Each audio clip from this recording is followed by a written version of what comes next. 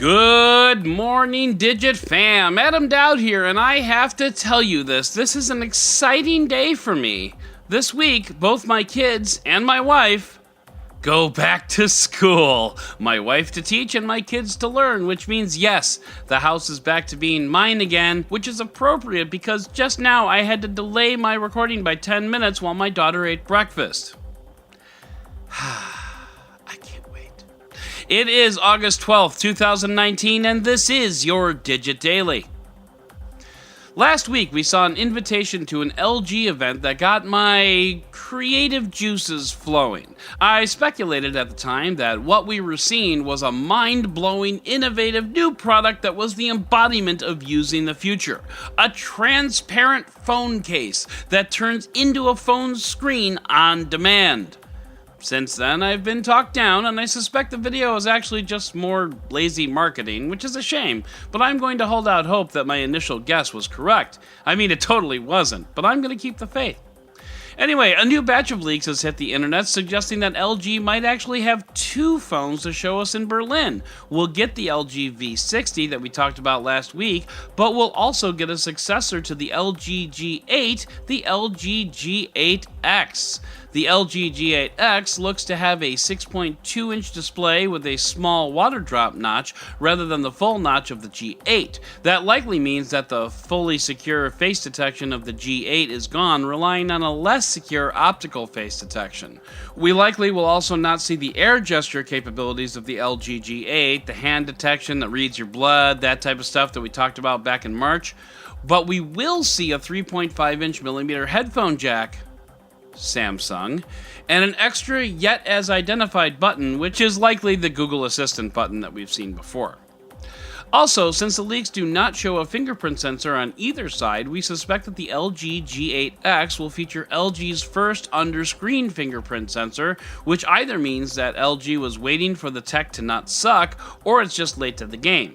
Seeing as how under-screen fingerprint sensors still do not suck, though I admitted it's a little bit better, baby steps I guess, I suspect that the latter is the case. Interestingly, we reached out to LG about all this and the response was provocative. Quote, "It's our policy not to comment on rumors," LG's global communications director Ken Hong told Android Authority, but Hong also noted, "All speculation, some accurate, some not. Join us at IFA to find out which is which means my transparent case might still be accurate?" So you're telling me there's a chance? Yeah! You heard it here first, folks. But honestly, we'll learn more in September. But for now, it's time to head into the roundup!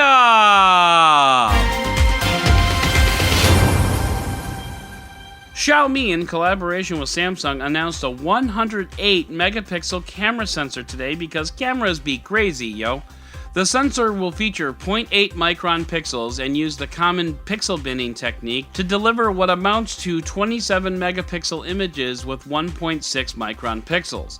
It's suggested that the Xiaomi Mi Mix 4 will be the first phone to feature this new shooter, which means in the not too distant future, you'll be able to buy a phone with a 100 megapixel camera sensor, as long as you don't live in the US. We talked a lot about the Samsung Galaxy Note 10 last week, but XDA has a rundown of little remarked upon features of Samsung's new flagship.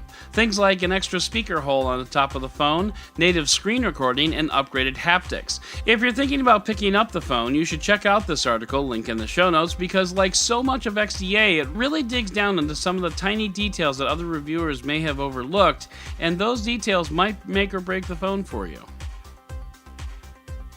Also last week, we talked about Huawei's Harmony OS, which could be Huawei's Google backup plan.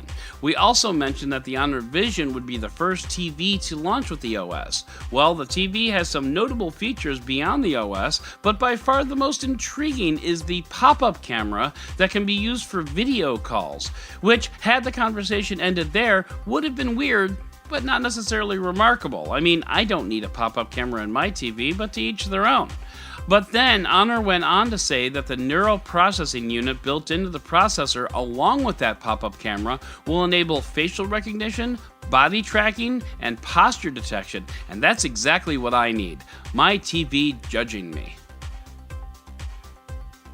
Rumors suggest that the next iPad Pro will have a triple camera setup on the back, the same as the upcoming iPhone, because that's just what society needs, more idiots taking photos on their iPads. Listen up, people. Every time someone takes a photo with a tablet, an angel dies. Don't be an angel killer. Just don't.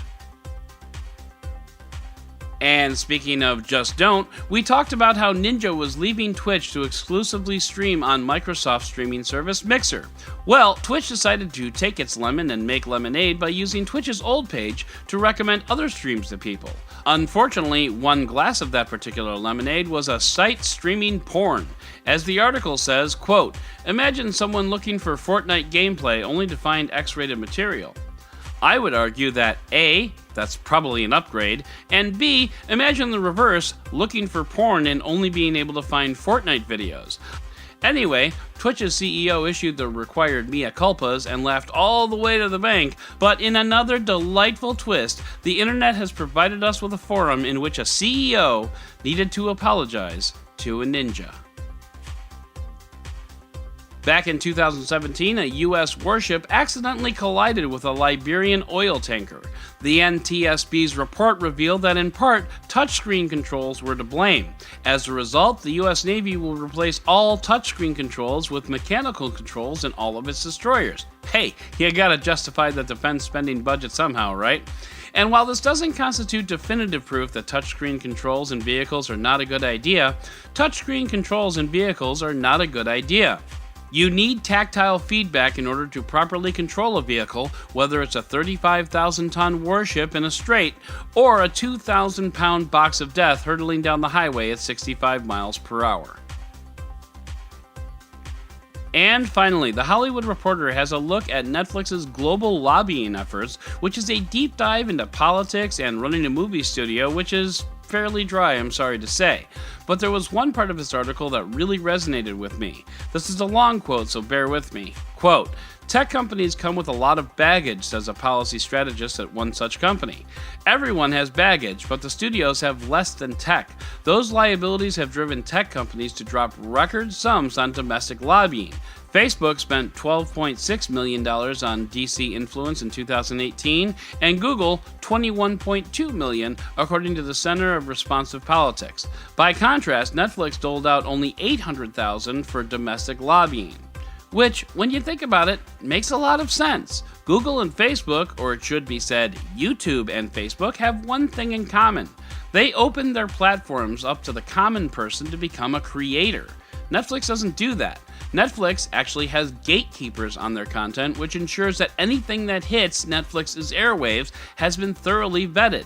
By contrast, Facebook and YouTube will happily display any vomit the public wants to regurgitate that happens to get clicks, which is why they have to spend so much money making sure the government doesn't start to restrict their Technicolor yawns. Isn't that interesting? It turns out that normal everyday people cause a lot of headaches when you give them a global platform. And I know, glass houses. Anyway, that is going to do it for today's Digit Daily. If you'd like to learn more about any of these stories, check out the links in the show notes and subscribe to our daily newsletter on Digit.com. And if you like what you heard, subscribe, leave a review, and don't forget to tell your friends about DigitDailyPod.com. Once again, I'm Adam Dowd, Dead Technology on Twitter, and we'll talk again tomorrow.